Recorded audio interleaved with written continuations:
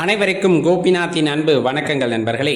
பொதுவாக இந்த பௌர்ணமி திதி அப்படிங்கிறது பார்த்தீங்கன்னா 10ஆம் தேதி பகல் 12:25 ஆரம்பித்து 11ஆம் தேதி பகல் 1:53 வரையிலும் நீடித்திருக்கு. நல்லா தெரிஞ்சுக்குங்க. அப்போ கிரிவலம் செல்வதற்கு உகந்த நேரம் அப்படின்னு பார்த்தோம்னா 10ஆம் தேதி பகல் 12:25 11ஆம் தேதி பகல் 1:53 வரையிலும் இருக்கக்கூடிய நேரம், அது பௌர்ணமி திதி நேரம் அப்படிங்கிறத ஞாபகம் வச்சுக்கோங்க.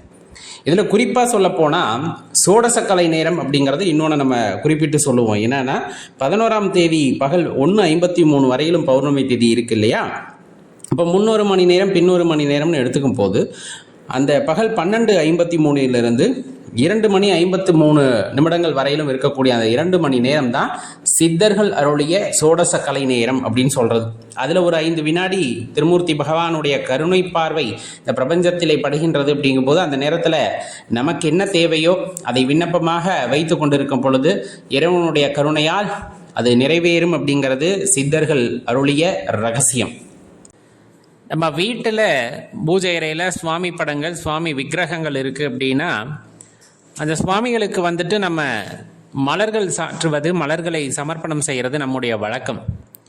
அதை எப்படி செய்யணும் அப்படிங்கிறத தான் இந்த பதிவில் சுருக்கமாக பார்க்க இருக்கோம். மறக்காமல் லைக் பண்ணிவிட்டு உங்கள் நண்பர்களோட பகிர்ந்துக்குங்க.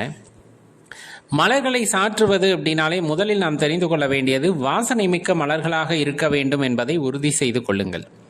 சில பேர் அலங்காரத்திற்காக வாங்குகின்ற காகித பூக்கள் எல்லாம் சாற்றி வைப்பார்கள். அது போல இல்லாமல் நல்ல மனம் வீசக்கூடிய, இன்னும் சொல்லப்போனால் ரொம்ப ஃப்ரெஷ்ஷாக அப்படின்னு நம்ம சொல்லுவோம் இல்லையா, புது மலர்கள் இருக்குது அப்படிங்கும்போது அது ரொம்ப அற்புதமாக இருக்கும் அப்படிங்கிறத தெரிஞ்சுக்கணும்.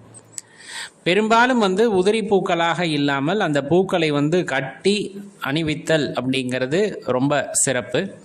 அந்த பூ கட்டுறதும் பார்த்தீங்கன்னா நம்ம கைகளால் கட்டுறது, அதுலேயும் மந்திரங்களை சொல்லிக்கொண்டு எந்த இறைவனுக்கு நாம் சாற்றுகின்றோமோ அந்த இறைவனுடைய மந்திரத்தை மனதில் உச்சரித்து கொண்டு அந்த பூக்களை கட்டி அவருக்கு சமர்ப்பணம் செய்கின்றோம் அப்படின்னா மனம் தெளிவு பெறும். அதே போல நல்ல பலன்களும் நமக்கு உண்டாகும். பெரும்பாலும் இந்த பூக்களில் பார்த்தீங்க அப்படின்னா வாடிய பூக்கள் இருக்கும், சில பூக்கள் தண்ணீர்ல இருந்து அழுகி இருக்கும், கொஞ்சமாக அழுகின மாதிரி கூட தெரியும். அந்த பூக்களை அந்த இடத்துல தவிர்த்துறது நல்லது அப்படிங்கிறத பாருங்க. ஏன்னா ரொம்ப தேர்ந்தெடுத்து பக்குவமான மலர்களை இறைவன் பாதத்தில் சமர்ப்பணம் செய்வது இன்னுமே சிறப்பான விஷயம். நம்ம இப்போ படங்களுக்கெல்லாம் போட்டோம்னா மேலே ஆணி அடிச்சிருப்போம், அது மேலே மாட்டுவோம் இல்லையா? அதே போல் விக்கிரகங்கள் இருக்குது அப்படின்னாலும் விக்கிரகங்களுக்கு தலைப்பகுதியில் மலர்களை அணிவிப்போம். அதனினும் சிறப்பு அப்படின்னு சொன்னோம்னா இறைவனுடைய பாத மலர்களில் சமர்ப்பணம் செய்கிறது அப்படிங்கிறத மறந்துட வேண்டாம்.